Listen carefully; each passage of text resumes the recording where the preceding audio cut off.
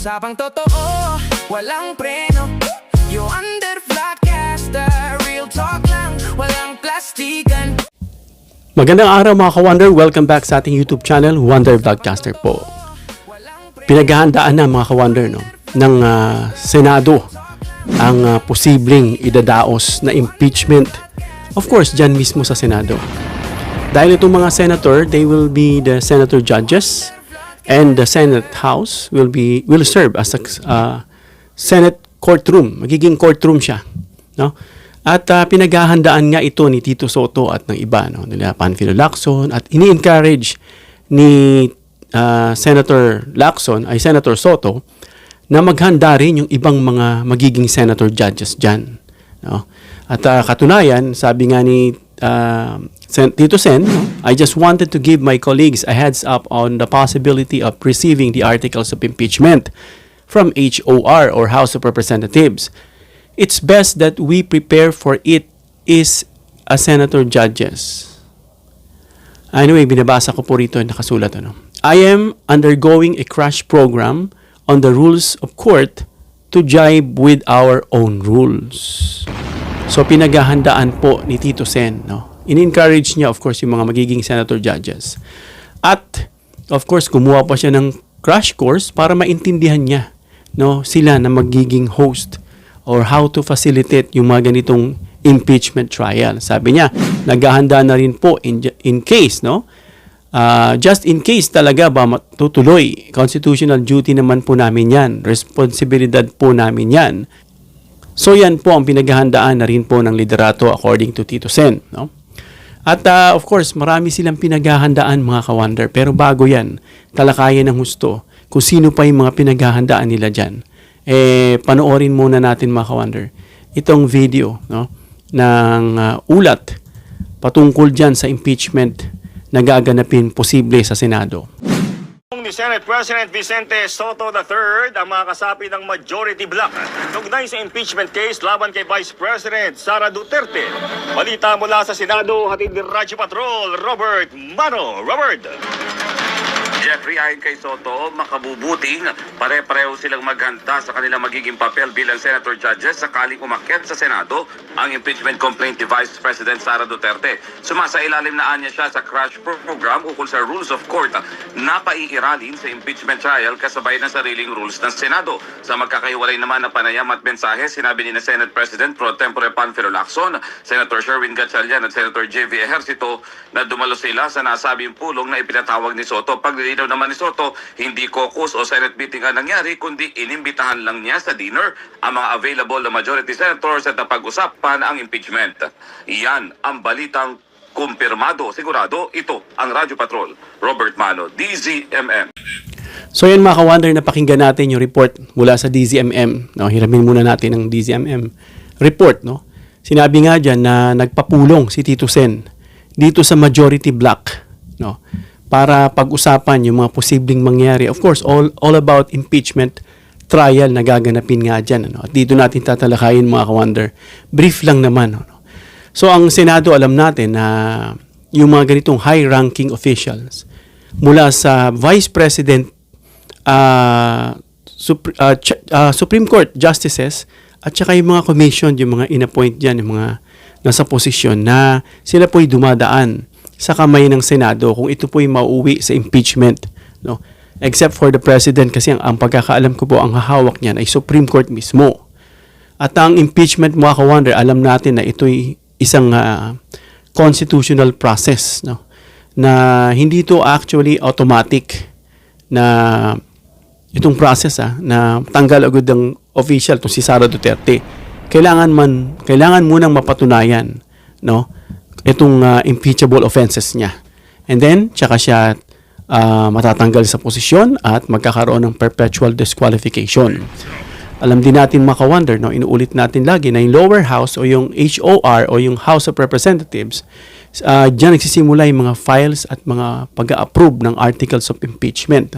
At yung Senado naman, yan ang magkakonduct ng trial to decide whether the official o si Sara Duterte ay guilty o hindi. Ngayon, siyempre, dapat alamin ni Tito Sen yan dahil alam natin kakabanggain siya dyan. may mga minority bloc mga ka-wonder. Alam natin yan, real talk, na siyang mga kaalyado ni VP Sara Duterte. No? Alam na natin, papasok na naman dyan si Marcoleta, no? Na medyo siga nga, no? Simula nung naging senador. Sabi nga ng iba, mukhang pabibo lang naman yan kasi kung ano raw pinagsasasabi, mali-mali naman daw. No? Kahit iniinsulto na siya ng ibang mga kapwa niyang abogado, na parang pagkakasabi, he is the least. No? Parang siyempre insulto yun, mga ka-wonder, no? Na hinamon nga ng debate pero hindi naman din kumagat. Ay, nako, no? So, yun yung role ng Senate, mga ka-wonder, when it comes to impeachment. Alam natin, mga ka-wonder, na itong Senate ay magkakaroon ng shifting, ano? Of course, sa impeachment trial, mula sa legislative to the judicial, ano? Kasi sila yung mag-a-act dyan as a courtroom. Sila yung mga jurors, itong mga senador. No, at of course, i-reviewin nila yan. Of course, paano nila re-review yung evidence in advance pag na-transmit na sa kanila. And then, pakikinggan nila yung mga witnesses. At i-evaluate nila yung mga arguments, titignan nila yung mga ebidensya.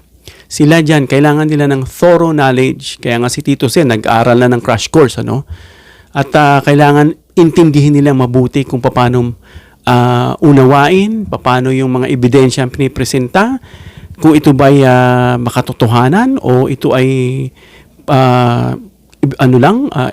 accusation lang o walang bearing, yung mga ganun, At yung presiding officer dyan, mga ka-wonder, halimbawa, kagaya ng ni Tito Sen, yung pinaka-Senate President, of course, he will serve as the presiding officer, to look as overall, i-overseer niya yung trial, mga ka-wonder. None other than Tito Sen, of course. Of course, ito nga, dahil posibleng ang darating sa kamay nila itong pag-transmit ng House of Representatives, ipapasa na sa kanila para magsilbing korte na ang Senado. At good thing, naghahanda na sila. At talagang handang-handa na si Tito Sen. Dahil alam natin na may babanggain sila dyan na itong minority bloc nga, namely, itong si Marcoleta.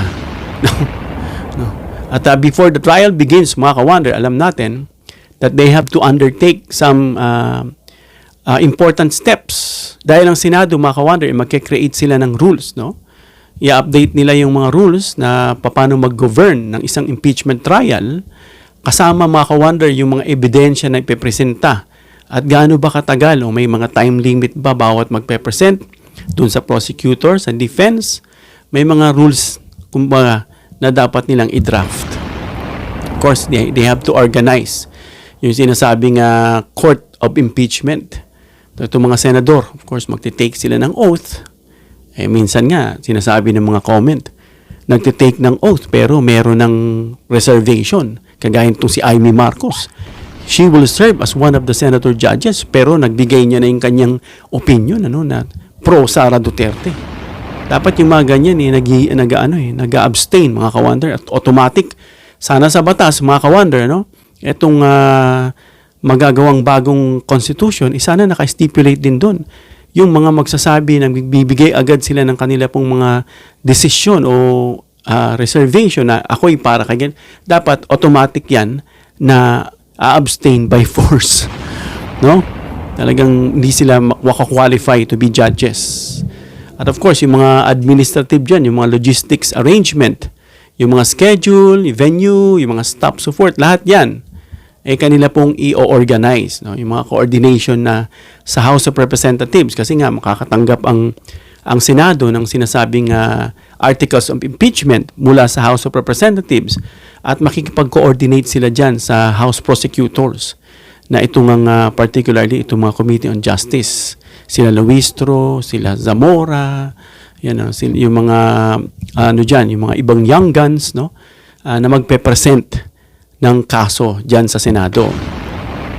At of course, sino-sino ba yung mga participants? Of course, dahil sa Senado gaganapin, Senador, House of Prosecutors, itong mga magpe-presenta ng ebidensya laban dyan sa accused na si Sara Duterte. Of course, yung defense team na si Sara Duterte na magre-represent doon sa impeachment official, and then yung presiding officer na to make sure na mafa-follow yung mga rules na ibababa. At alam natin, pinaghahandaan dyan na itong sabi nga ni ni Senator Lacson, ano? Etong si Marcoleta na maaring magtanong yan. Nakahanda na sila dyan na kung bakit kailangan idaos dyan sa Senado at kung ano-ano pang itatanong dyan. Dapat mga ka-wonder, may rule din. Kapag yung tanong is nonsense, ano? May mga ganun ba? Na impeachment ruling, na kapag nonsense yung tanong, alam na makabara lang, na kumbaga wala na sa logic, dapat, kumbaga sa korte, sustained, overrule, yung mga ganun, ano. Mga may kita mong may masabi lang. Ano. So, ayan mga ka-wonder, abangan natin yan. At yung voting dyan, kumbaga 1/3 sa House of Representatives, sa Senado is 2/3. Ano. Mas marami mga ka-wonder. At yung proseso niyan, papapresent yung impeachment articles of impeachment. Ano. Tapos yung both sides, opening statements, presentation of evidences, witnesses, and then questioning by senators. Magtatanong yung mga senador dyan. No? Closing arguments, and then deliberation and voting finally kung si Sara ay guilty o hindi. So para mangyari yan mga ka-wonder, dapat mag-aral sila mabuti at alamin nila, no, itong takbo ng impeachment trial. No? Dahil ito ay nakasalalay sa kamay nila. Dapat dito yung constitution na nangingibabaw.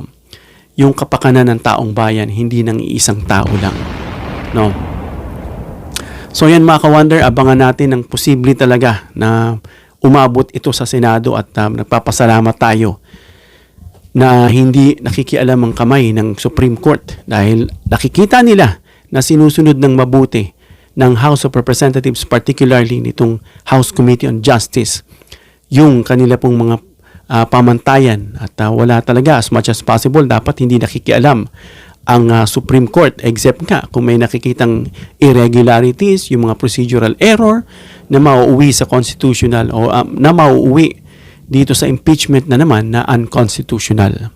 Hanggang dito lang tayo mga ka-wonder. Comment down below your opinion para ma-reaction na natin. Please give me a thumbs up if you like this video para i-share ni YouTube sa iba pang viewers. Please share this video para malaman nila na naghahanda na ang Senado para sa darating na impeachment ni Sara Duterte.